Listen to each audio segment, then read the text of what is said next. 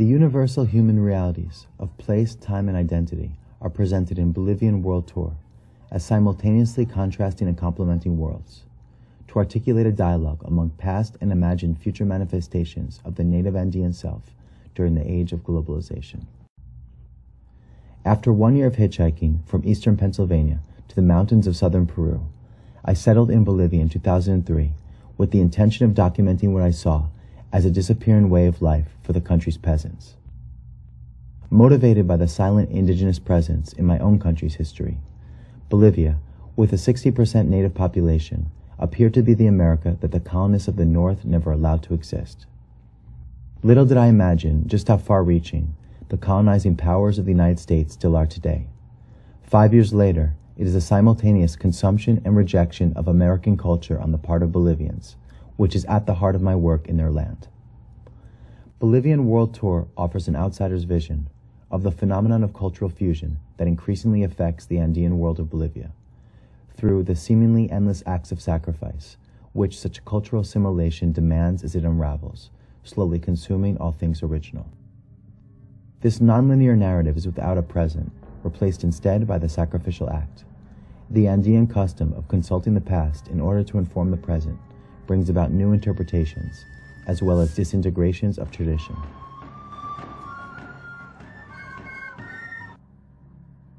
The knowledge of the past is treasured as much as it is forgotten. Bolivia is a land of extremes, where the white light and burning heat of the altiplanic sun is embraced by freezing shadows and bone-reaching wind after dusk, whose myth-endowed traditions of pre-Columbian Tinku fighting rituals borrow as much from Bruce Lee and Van Damme films as they reveal a pantheistic desire to offer blood and human life in sacrifice to the Pachamama, Mother Earth.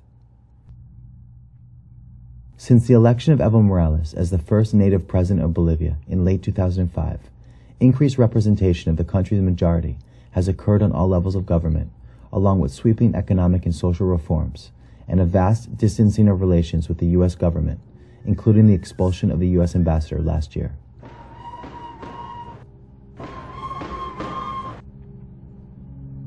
There has also been much resistance within Bolivia's own borders to Morales' policies of change, creating strong anti-government sentiment in the tropical lowlands of Bolivia's north and east, which has spread to urban centers throughout the country. This tension is often documented on walls in a political graffiti war, with one side painting a statement and the other side painting over the letters and changing it, or simply scribbling over the letters in the interest of saving money on spray paint, which is expensive by Bolivian standards.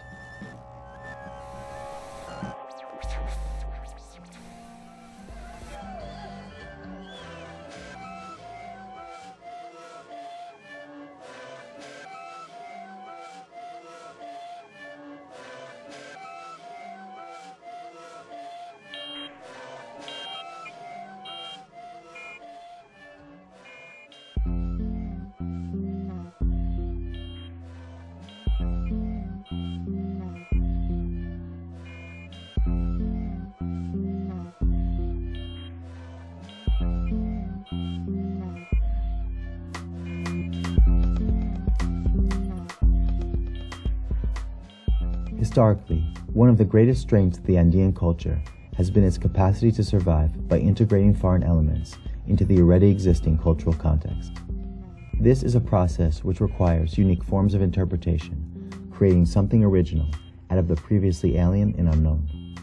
At the speed with which cultures around the world are increasingly becoming swallowed into a global mainstream, this capacity of the Andean people to survive as a nation while maintaining their cultural links to the past is being put to the test now more than ever before.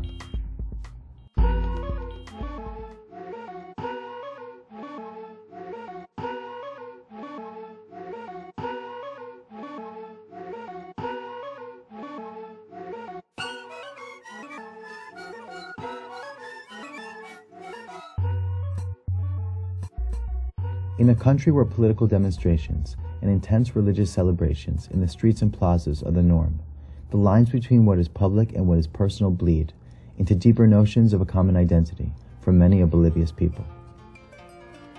I hope that these images express the spirit of such beliefs, which are increasingly alien in our increasingly self-constructed world.